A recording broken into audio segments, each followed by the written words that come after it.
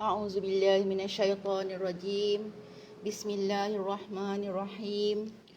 Assalamualaikum warahmatullahi wabarakatuh. Alhamdulillah, dengan izin Allah, sekali lagi dapat saya laksanakan FB Live seperti yang saya janjikan.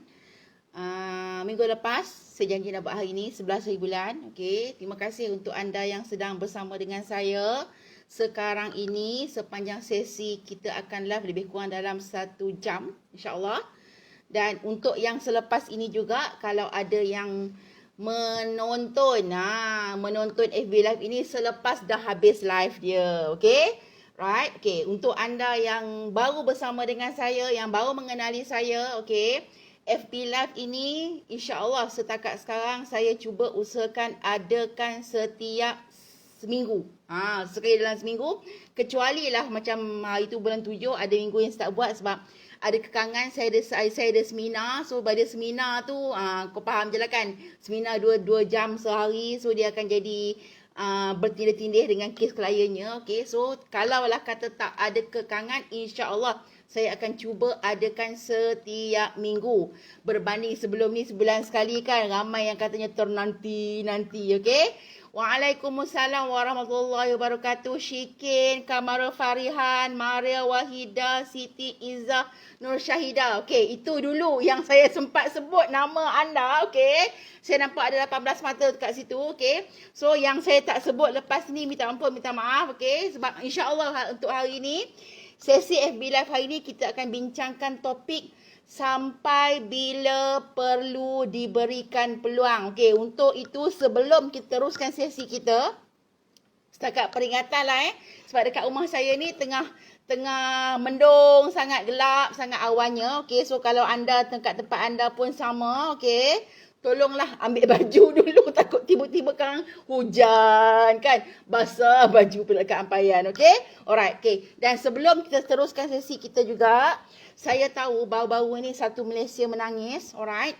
bukan semata-mata hanya kehilangan seseorang yang dikenali ramai, tapi terlalu banyak kes ibu-ibu yang dijemput menghadap Ilahi dalam keadaan nifas dan menghadapi COVID-19. Dan bukan kata ibu saja, dan ikutkan baru ni kan memang kes yang ada yang kes dah 10,000, 20,000, okey, berbelas ribu dengan kematian yang beratus-ratus. Okey, kita ambil masa sekejap, sama-sama kita sedekahkan Al-Fatihah untuk mereka yang telah pergi dulu meninggalkan kita. Bismillahirrahmanirrahim.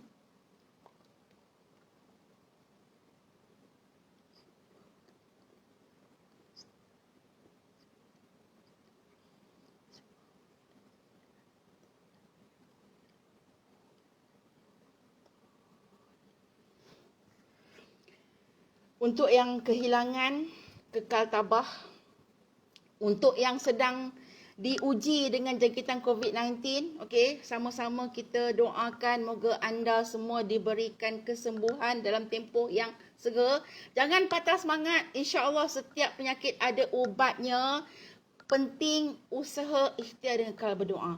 Untuk mereka yang belum lagi diuji dengan jangkitan, sama-sama kita usahakan juga untuk elakkan, insya-Allah dengan ikhtiar, dengan doa, moga kita tidak jangkiti. Amin. Okey. So berbalik kepada topik kita, okey? Sampai bila perlu diberikan peluang. Alright. Okey. Persoalannya dulu, okey, sebelum kita jawab sampai bila, gitu kan. 2020 dah lepas dah kan. 2021 dah muncul dah ni, sedang meneruskan kehidupan. 1443 Hijrah. Ni 1443 Hijrah pun dah masuk hari kedua kan. So sampai bila? Alright, okey. So belum jawab sampai bila tu, okey, kita balik pula kepada, tengok dulu kepada apa hikmahnya nikah. Okey, so peluang yang saya fokus dalam topik hari ini, mungkin semua ramai dah faham, okey, adalah peluang, maksudnya setakat mana kita perlu bertahan dalam perkahwinan yang diuji. Jadi kalau hak bercinta tu tak termasuk yang sedang seronok bercinta ke ujian bertunang tu bolehlah sikit-sikit nak ambil pedoman, okey? Tapi fokus saya adalah lebih kepada mereka yang sekarang ini sedang bertarung dan berjuang dalam meneruskan perkahwinan. Alright, okey. So berbalik kepada fokus utama, okey? Tengok dulu apakah hikmah perkahwinan. Yang ni selalu sangat saya dah sebut. Okey, saya ulang balik. Alright. Hikmah perkahwinan sememangnya adalah untuk kita kecapi rasa bahagia. Perkahwinan adalah untuk suami dan untuk isteri. Okey? Ingat Perkahwinan adalah untuk suami, untuk isteri. Dua-dua orang. Bukan untuk suami saja dan bukan untuk isteri saja. Dalam surah Ar-Rum ayat 21. Ini dah selalu sangat saya sebut. Okey? Dijelaskan maksud dia. Dan di antara tanda-tanda kekuasaannya bahawa dia menjadikan untukmu. Mu tu adalah suami untuk lelaki. Okey, isteri dari jenismu sendiri. Manusia sama manusia lah maksudnya kan. Alright, okey.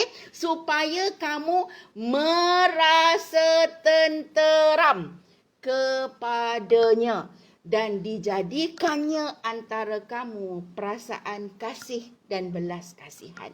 Okey, saya nak fokus merasa tenteram. Kalau ayat bahasa Arab dia litaskunu ilaiha sakinah. Gitu kan.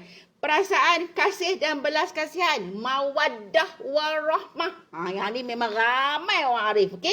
Cuma hari ni kita nak bincang, okey, setakat mana usaha yang perlu untuk kekal mewujudkan, kekal berusaha nak dapatkan sakinah.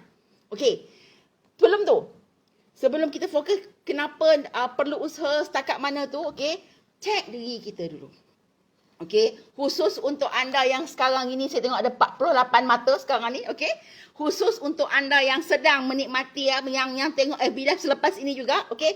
Tanya balik diri kita yang sedang dalam perkahwinan sekarang ni, adakah anda merasai ketenangan? Adakah anda merasai ketenteraman? Rasa tenang, rasa tenteram, rasa bahagia, rasa bestnya hidup aku.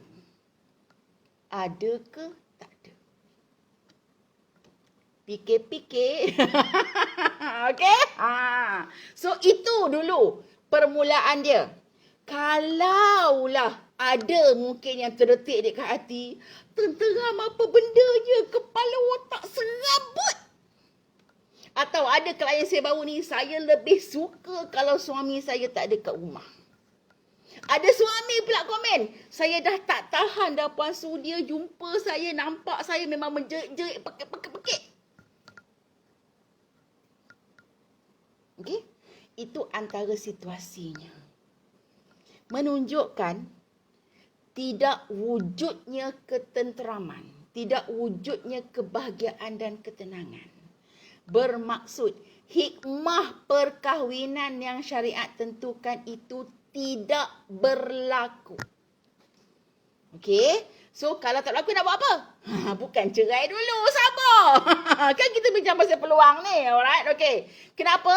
Sebab kan pernah disebut, sedangkan lidah lagi tergigit. Kan hujan terus kat luar tu. Okey, alright. Nak cerita kata memang perkahwinan itu dia ada wave dia. Dia ada ujian, dia ada cabaran, dia ada ombak. Sesekali ribut, sesekali petir, sesekali badai kan. Kapal dia sentiasa gitu kan. Itulah dia namanya perkahwinan. Okey. Cuma tak sepatutnya berterusan dalam keadaan yang kelam kabut sebegitu. Mesti ada ketenangan. Biasa saya sebut, mesti ada kebahagiaan walau sesekali berendam air mata. Sesekali berendam air mata. Air mata bahagia cuma kadang-kadang dah namanya manusia kan. Ada dah terkecil hati, tersalah sikit kan. Dan boleh balik. Lepas tu boleh. Dia berhenti kat luar kan. Okey. Dan boleh balik dipulihkan semula untuk jadi lebih baik. Tapi kalau perkahwinan anda sentiasa berperang, sentiasa bergaduh, sentiasa menempik, hormat hilang, tak ada lagi dah panggil suami kau, aku cakap dengan isteri, minta maaf ada yang boleh panggil setan lah, apalah semua. So itu bukan yang sepatutnya.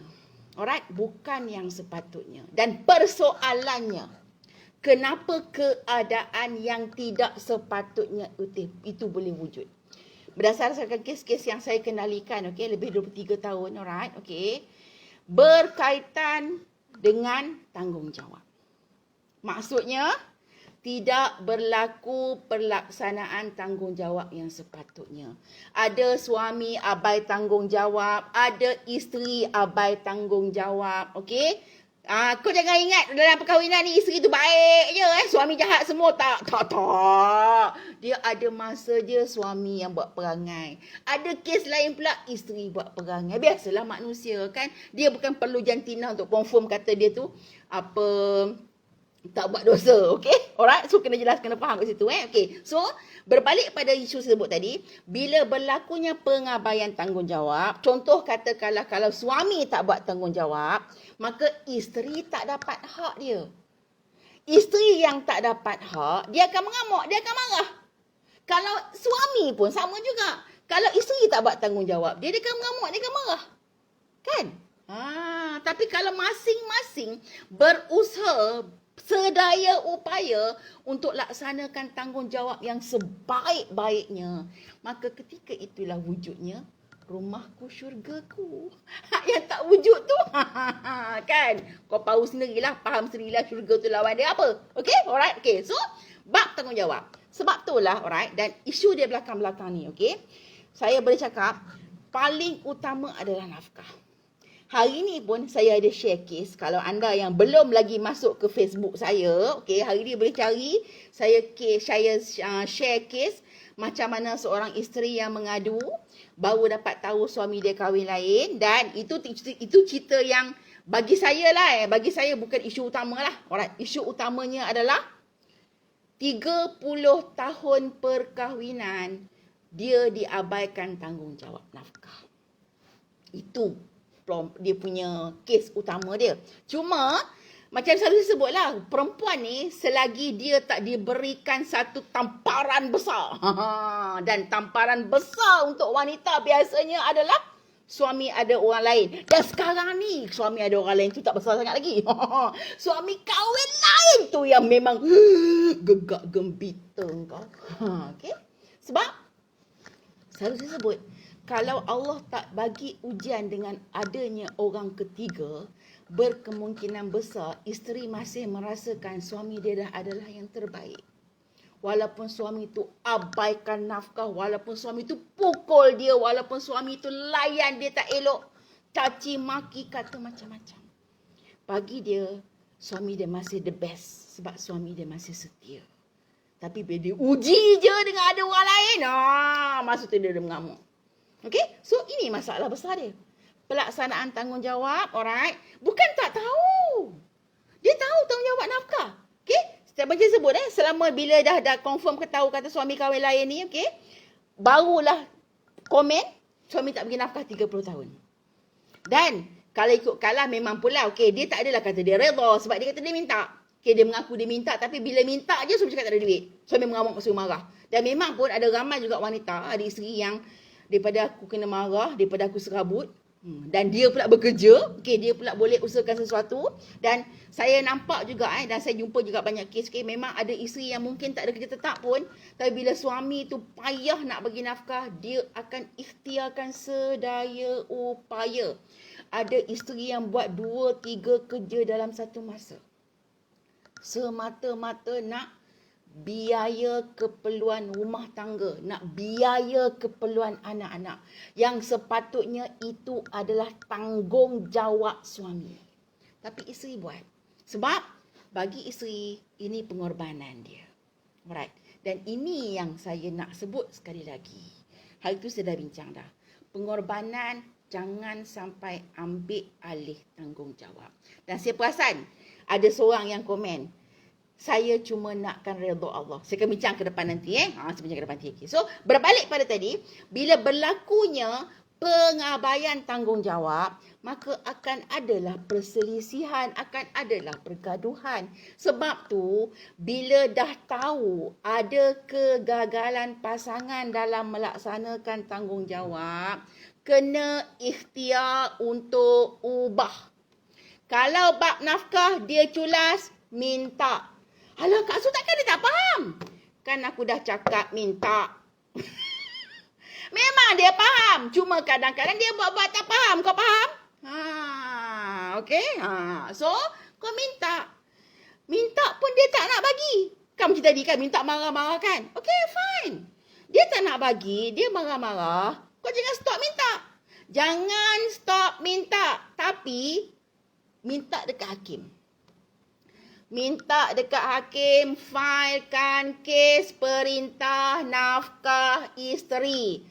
Kalau ada anak, filekan pula kes perintah nafkah anak. Saya ulang balik, dalam tempoh perkahwinan boleh filekan kes untuk perintah nafkah. Perintah nafkah isteri, perintah nafkah anak. Tapi sat lagi Kak Su, kalau saya file sat lagi, dia marah-marah, diceraikan saya. Dah, kalau kau tak kena cerai pun kau tanggung diri sendiri, kau tanggung anak-anak, apa masalah kalau kau cerai?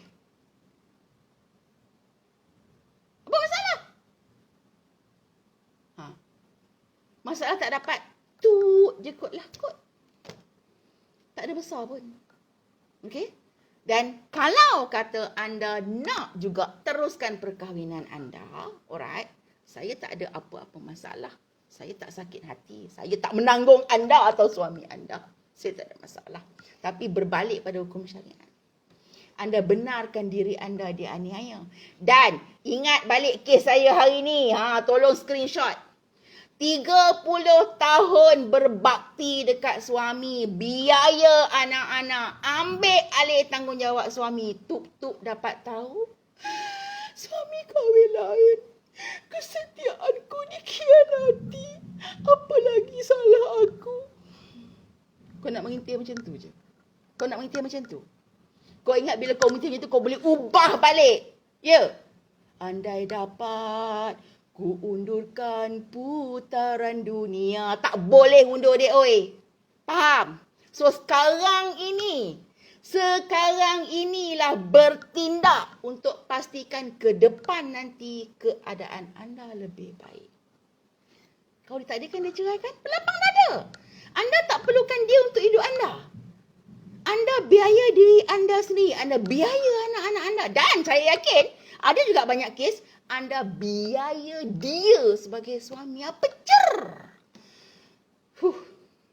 Saya pantang sikit bab biaya suami ni. Okay, tak apa, stop. Right. So, point dia, kalau berlaku pengabaian tanggungjawab, kalau nafkah, tuntut di mahkamah. Kalau bab layanan pun sama. Contoh kata kalau suami sibuk dengan handphone lah, suami sibuk dengan kawan lah, kan. Cakap elok-elok.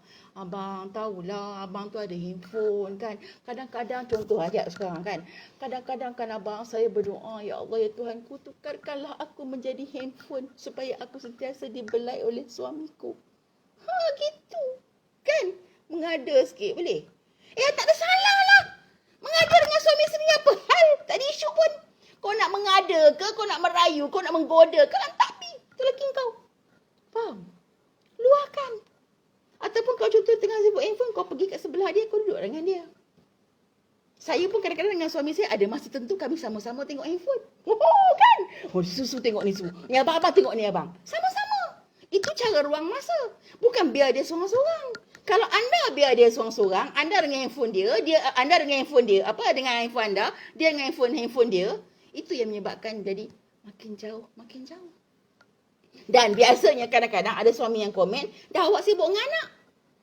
Alright, dah sibuk dengan anak. Okay, so dia cari lain. So tolong. Untuk anak satu perkara saya nak minta tolong, khususnya yang masih ada anak kecil, tolong pastikan anak tidur awal.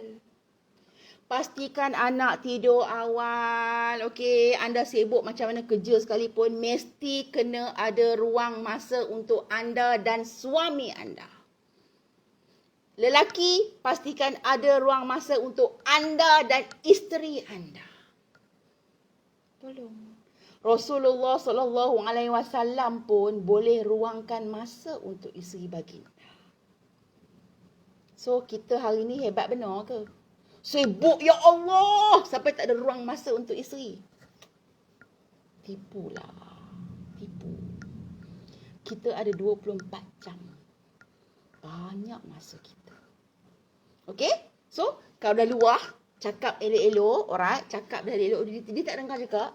Carilah bantuan daripada pihak ketiga. Kaunselor ke, pegawai pejabat agama pun boleh. Minta tolong, kami ni rasa makin jauh dah sebenarnya kan. Apa yang tak kena, okey? Sebab kadang-kadang, suami khususnya, okey, dia tak boleh nak komen kesilapan isteri. Dia mungkin bawa diri ke apa. Alright? So, kita mungkin masa tu bila kita dah ada pihak lain, boleh tolong kita. Sama-sama kita kenal pasti apa masalah. Kemudian kita kenal pasti pula strategi dan cara nak baiki masalah tersebut.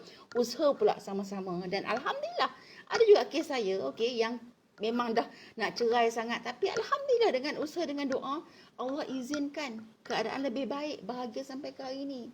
Sebab tu kena usaha. Jangan diam, jangan tunggu. Lantak fikir dia tak layan aku, kau layan tak juga. Tak boleh. Tak boleh. Perkahwinan point dia mesti bahagia. Okey? So kalau kata contoh dah pergi dah ke pejabat agama, ke kaunselor ke, okey? Sama juga. Sama macam nafkah tadi pun. Okey, kalau kata dah tegur dah segala benda sama juga, ataupun okey, ada kes suami yang mungkin buat perkara maksiat, melanggar perempuan, berhubungan dengan perempuan, buat perkara yang tak elok, berjudi, dadah ke apa semua benda, apa-apa juga ujian yang anda alami dalam perkahwinan anda, itu adalah masalah yang sepatutnya diselesaikan.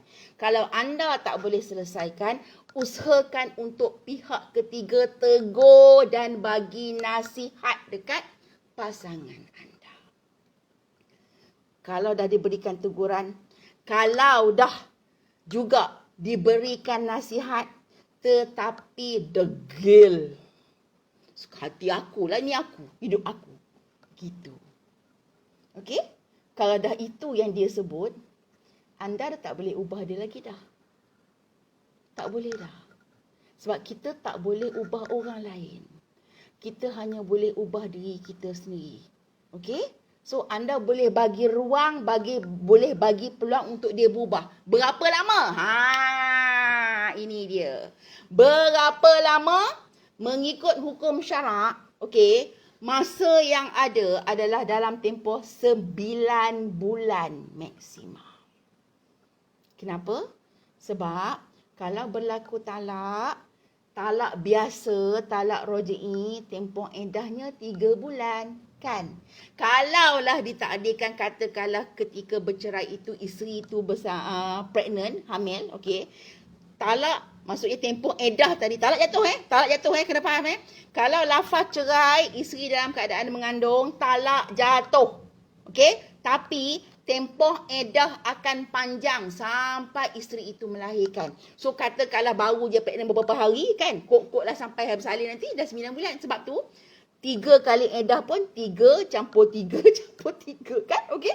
Untuk yang 3 talak 9 bulan. So maksima 9 bulan.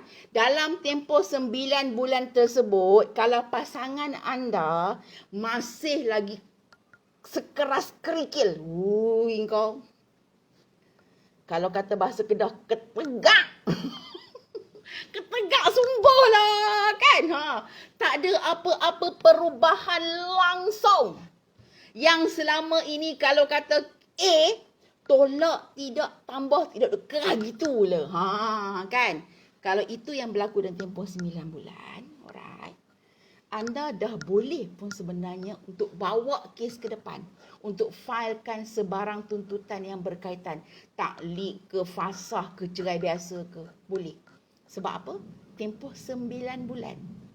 9 bulan. Allah dah tentukan. Syariat dah tentukan dah. Tapi, kalau dalam tempoh 9 bulan tersebut, okey, ada perubahan. Sikit. Okey, boleh. Bagi ruang lagi. Tolong juga. Anda kena tolong juga. Maksudnya contoh, katakanlah, okey. So, kalau kes nafkah, kes nafkah ni jangan juga sangat isteri nak mungkin, okey. Biasanya kes orang ketiga lah, orang. Okey, so katakanlah suami tu memang dah janji, dah tak nak buat, dah bertobat semua kan. Okey, so ada masa dia, okey. Ada masa dia mungkin kadang-kadang dia relax kan. Duduk diam je, betul tak? Macam dia termenung je. Kita pun, tu kenapa tu? Tu ingat lagi. Ya Allah. Kau janganlah provoke. Bagilah dia masa untuk merilis segala memori yang ada sebelum ni. Anda kena tolong dia untuk dia berubah. Bab nafkah, peringatkan. Okey, mungkin pihak agama dah bagi tahu dah. Peringatkan balik, abang. Gaji abang bulan jangan lupa nafkah ayang nafkah anak-anak minta. Sebab tu, kita ni dah namanya pasangan diberikan untuk saling menyempurnakan. Kalau kau nak asyik condemn, perkara yang dia buat 10 tahun lepas kau ungkit balik, ini memang terror. Wanita memang terbaik buat mengungkit. Saya kena beritahu. Kau tanyalah balik. Walaupun dia bukan lawyer pun, biasanya kan. Saya 10 tahun lepas kasu. Hari Sabtu. Saya basuh baju warna biru. Contoh. Dia boleh ingat. Kita manusia memang tak boleh lupa. Okey? Memanglah kita ni orang kata apa? Usaha melupakan. Alright? Contoh konon nak melupakan. Okey? Bila kita usaha melupakan, hakikat sebenarnya kita kembali mengingat. So, hanya perlu teruskan hidup. Teruskan hidup kita, benda hak lepas tu tolak tepi. Kadang-kadang bila teringat pun, contoh tu ingat kan. Contoh, Astaghfirullahalazim. Istighfar, ingat Allah. Sebab kita di keliling kita ni samping nafsu dalam diri, ada setan yang kacau kita. So kalau suami dah usaha, isteri pun juga mungkin usaha untuk ubah keadaan, ubah sikap, jadi lebih baik, tolong dia. Kok nampak suami duduk sendiri tepi-tepi kan, jangan duduk tempik dia, ungkit balik pergi sebelah. Alah bang sayang ni, ingat siapa ni, ingat kita lah tekan. Kau gedik lah sikit. Alah, takkan aku nak ajar gedik pula kot.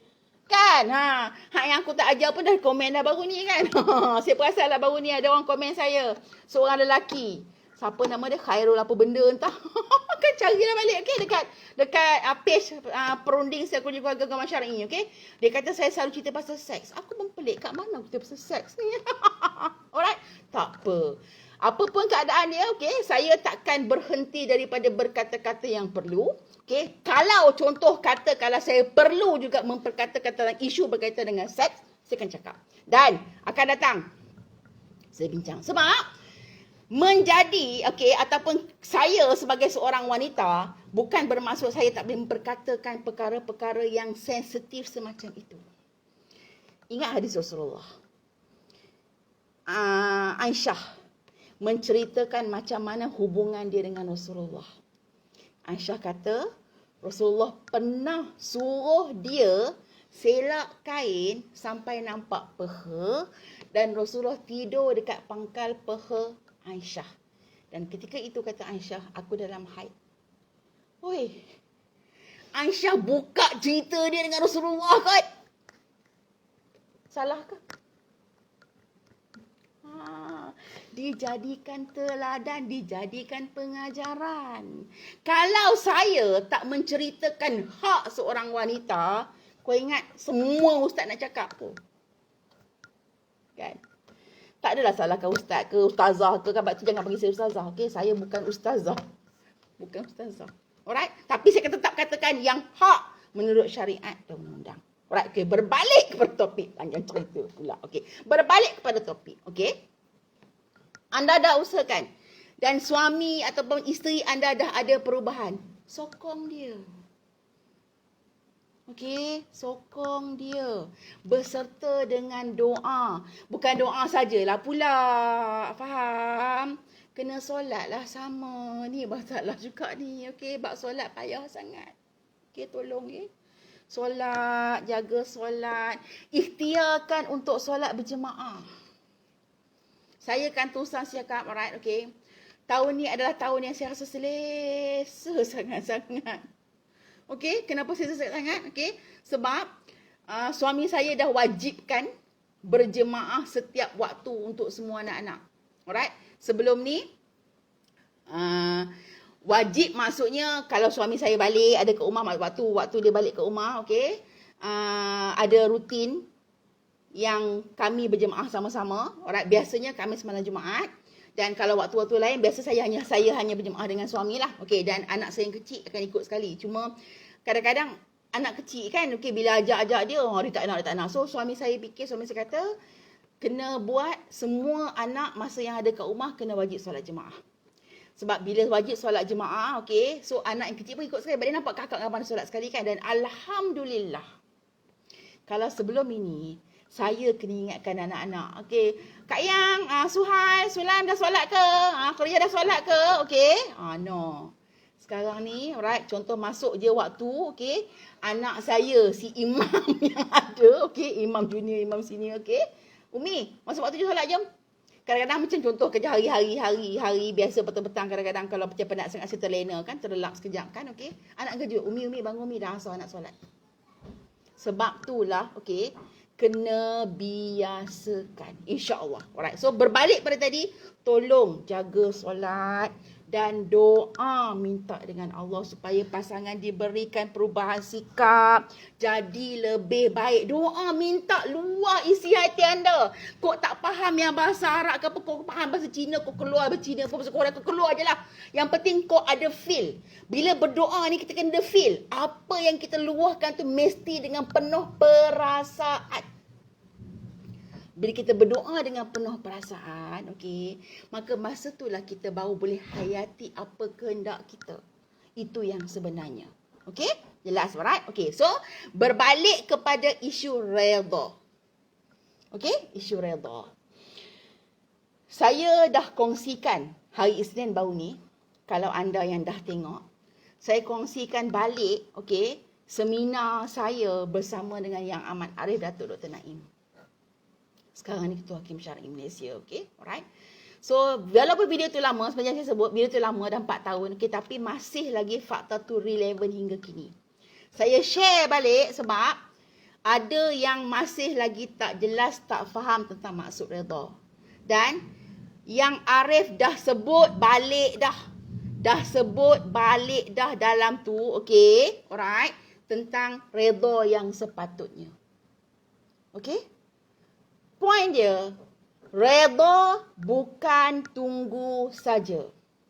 Redha mesti berusaha untuk jadikan keadaan lebih baik. Sebab tu, ketika anda decide untuk bertahan, bukan kata, Ya Allah, berikan aku kekuatan, berikan aku kesabaran. Bukan tu je. Okey? Tapi, Ya Allah, bagi aku petunjuk, Ya Allah, apa yang aku nak kena buat. Ramai orang yang sebut, saya jumpa tak perlu fikirkan penyelesaian. Hanya doa. Habis tu kau makan? Ya Allah, aku nak makan. Gitu. Kita doa, kita minta petunjuk dengan Allah dalam masa yang sama, okey. Kita usahakan. Okey, dan usaha yang paling penting adalah untuk pastikan kalau anda dianiaya, kalau anda dizalimi, anda mesti keluarkan diri anda daripada penganiayaan dan kezaliman tersebut. Hadis jelas, mesti hentikan kezaliman. Siapa-siapa yang tengok perkara yang mungkar, mesti bantras, mesti stop, mesti hentikan. Tambah-tambah kalau kezaliman itu kita, anda yang hadapi. Takkan kau nak tengok saja? Takkan kau nak biar je? Tak apalah, saya redha. Takdir Allah dia jodoh saya. Memang takdir Allah dia jodoh engkau. Tapi dah nama jodohnya, dah nama juga ada cerainya dan Islam benarkan, kenapa kau nak bertahan dizalimi? Saya nak ulang balik ayat yang Ahmad Arif. Yang Ahmad Arif cerita. Sebab kalau ayat saya, aku ni mah orang marhain. Kan? Aku ni orang biasa-biasa saja. Tak ada dengar cakap Asula mengarut je. Tak apalah, tak nak dengar pun tak ada masalah. Cuma nak ulang cakap balik. Ayat yang Ahmad Arif, Ketua Hakim Mahkamah Syariah. Dia ada sebut. Cari balik. Saya ada share video gantung tak bertali. Cari hari Senin baru ni. 4 Facebook saya semua saya share. Yang Ahmad Arif sebut. Dalam Al-Quran jelas. Di akhirat nanti, mulut tak cakap dah. Semua tahu kan? Tu semua orang tahu. Mulut tak cakap dah. Sebab ketika itu, Allah akan tanya. Apa yang engkau perlakukan ketika di dunia? Telinga akan sebut apa yang dia dengar. Mata akan sebut apa yang dia lihat. Badan akan berkata-kata apa yang dia terima. Termasuklah kalaulah badan itu dianiaya dan anda membenarkan penganiayaan tersebut, badan akan cakap, aku dianiaya oleh suami kepada pemilik badan ini dan pemilik badan ini tidak melakukan apa-apa keadaan, tidak ikhtiarkan apa-apa solusi atau penyelesaian untuk ubah jadikan aku tidak dianiaya. Habis tu. So tolong jangan nak sebut tak apalah nak dapat redha Allah. Allah bagi badan kita, Allah bagi hati kita, Allah bagi emosi kita untuk hidup tenang. Kau rasa kau boleh beribadat dengan tenang ke kalau kata kepala otak kau serabut? Ada masalah dengan suami, serabut masalah kewangan, suami tak bagi nafkah. Allahu Akbar. Solat dengan berapa dah ni? Berapa dah? Tak khusyuk kot. Masalah rumah tangga boleh kacau ibadat engkau sebab kepala kau serabut. Maksudnya kau dah aniaya diri kau. Redha Allah kepala otak. Apa lagi dah? Satu kes saya hari ni. Dia mengaku dia serabut sangat, terdengar segala bisikan apa sebabkan perangai suami. Sebab dia tahu dah masalah suami dia, so benda tu jadi trauma. Sampai nak menjerit, nak bunuh diri. Sebab apa? Sebab kita benarkan penganiayaan itu berterusan. Bukan salah pasangan kita, tapi salah diri sendiri. Okay? Alright? So tolong. Anda boleh bertahan dalam perkahwinan tapi bukan tunggu saja, bukan duduk saja, bukan doa saja. Tapi usahakan untuk keadaan anda jadi lebih baik. Usahakan untuk pasangan anda diberikan nasihat, diberikan teguran. Carilah siapa-siapa pun. Kalau anda nak nasihat, okey, kau ingat dia nak dengar? Samalah. Kalau suami nasihat ke, isteri nasihat ke, biasanya lah, payahlah dia nak dengar. Sungguh. Kalau suami nasihat, isteri kata, dia jadi ustaz lah pula. Ada. Kalau isteri nasihat, kena baju sazah pula kau. Biasa. Biasa. Okay? So, tolong. Cari pihak yang berkewajipan, pihak yang memang berotoriti. Jangan pula kau bagi cerita dekat kawan baik ke, dekat jiran ke. Tolong satu kes saya baru ni, tersalah cerita dekat kawan baik. Konon-konon nak luahkan perasaan. Kawan baik pula cerita kat kakak. Kakak pula cerita kat kawan baik dia. Kawan baik cerita kat kawan baik dia. Berapa banyak kawan baik, kau tahu apa jadi? Benda hak kecil jadi sebesar-besar lah. Macam bola salji lah. Sebab tu berhati-hati. Okey, berhati-hati nak share masalah anda, kisah rumah tangga anda. Kadang-kadang benda yang kecil je boleh diselesaikan, jadi besar, jadi porak-peranda, hancus. So tolong. Ada pihak berotoriti. Cari saya pun boleh. Kan, kontak admin. 013-2477-885. Okey? Google Meet boleh, phone boleh, WhatsApp boleh. Cari saya insyaAllah. Saya akan cuba bagi penyelesaian berdasarkan hukum syarak, psikologi dan undang-undang. Okey? Tapi saya sebut tadi, cari saya ke, cari orang lain ke yang berotoriti adalah usaha anda. Dan kalau usaha dah dibuat, dah ikhtiarkan dah berikan teguran kat pasangan sebut tadi, kalau dalam tempoh 9 bulan, saya tak 9 tahun 9 bulan, tidak ada apa-apa perubahan langsung, anda yang kena ubah. Sayang diri anda lebih. Tapi tak nak ceraikan saya, Kak Su. Bila part suami tak nak cerai ni, kau kena check balik. Banyak kes saya memang layak buat fasah boleh. Buat taklid pun boleh. Tapi itulah, duk bagi alasan, suami tak nak cerai, suami tak nak cerai. Yang sebenarnya kau yang tak nak cerai. Kau sayang sangat kat dia kan? Aduh. Okey? Tolong ya. Tolong. Boleh bagi ruang. Boleh bagi peluang. Tapi jangan sampai aniaya diri. Sebab jangan duk sangka, okey, aku bersabar, aku redha untuk dapatkan redha Allah. Sebab nanti anda akan dipersoal. Bukan saya sebut. Dalam Quran ada, YA dah sebut, yang Arif dah sebut, okey? Anda akan dipersoalkan dengan apa yang anda dah buat dengan amanah yang Allah bagi. Okey? Kalau anda benarkan kezaliman, bukan hanya kepada anda, tapi anda benarkan juga pasangan anda berdosa. Sayang apa macam tu? Sayang apa? So tolong. Berpada-pada dalam bagi ruang, berpada-pada dalam bagi peluang. Okey? Jangan sampai anda yang aniaya diri anda sendiri. Alright? Boleh? Ingat? Hadapi masalah dengan usaha untuk ubah. Kalau anda nasihat tak boleh, cari pihak berotoriti. Dan bagi ruang, bagi masa untuk dia berubah. Okey? Kalau dia kekal dengan perangai yang sama, maka anda ubah diri anda. Ciptalah bahagia yang tersendiri. Baru ni dah nampak, okey? Macam mana bahagianya seorang isteri yang dijemput ilahi. Okey, saya tak nak komen banyak.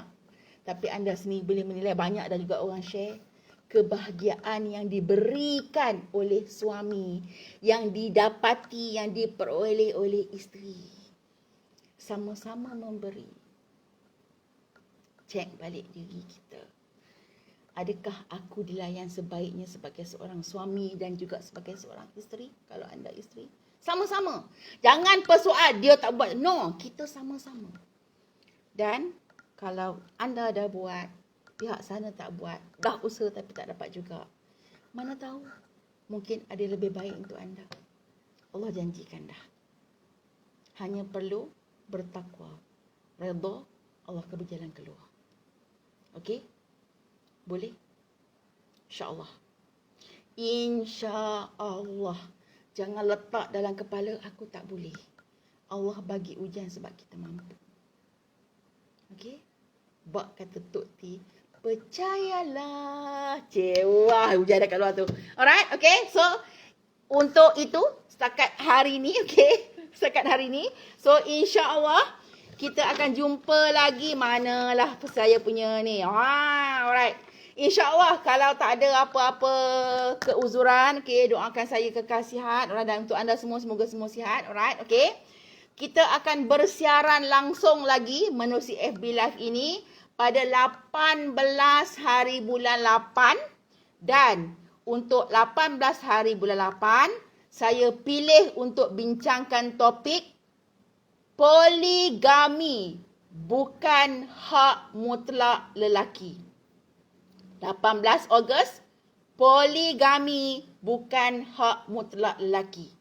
So, setakat itu, kalau anda perlukan jawapan untuk permasalahan anda, tolong hubungi admin 013-2477-885. InsyaAllah, hingga jumpa lagi. Untuk mereka yang dijangkiti, sama-sama kita doakan. Moga Allah berikan kesembuhan. Yang kehilangan, kekal tabah, teruskan kehidupan. Doakan yang terbaik untuk mereka yang telah pergi. Sebab masa kita pun akan datang, tak tahu bila lagi. InsyaAllah. Okey?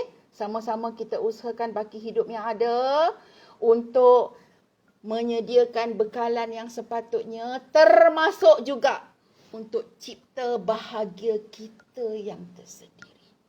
Sekian. Wabillahi taufiq wal hidayah. Wassalamualaikum warahmatullahi wabarakatuh. Ulang nombor handphone sekali lagi. Okey, 013-2477-885 atau anda boleh masuk dekat Facebook saya, cari dekat cover foto Facebook, ada dekat situ.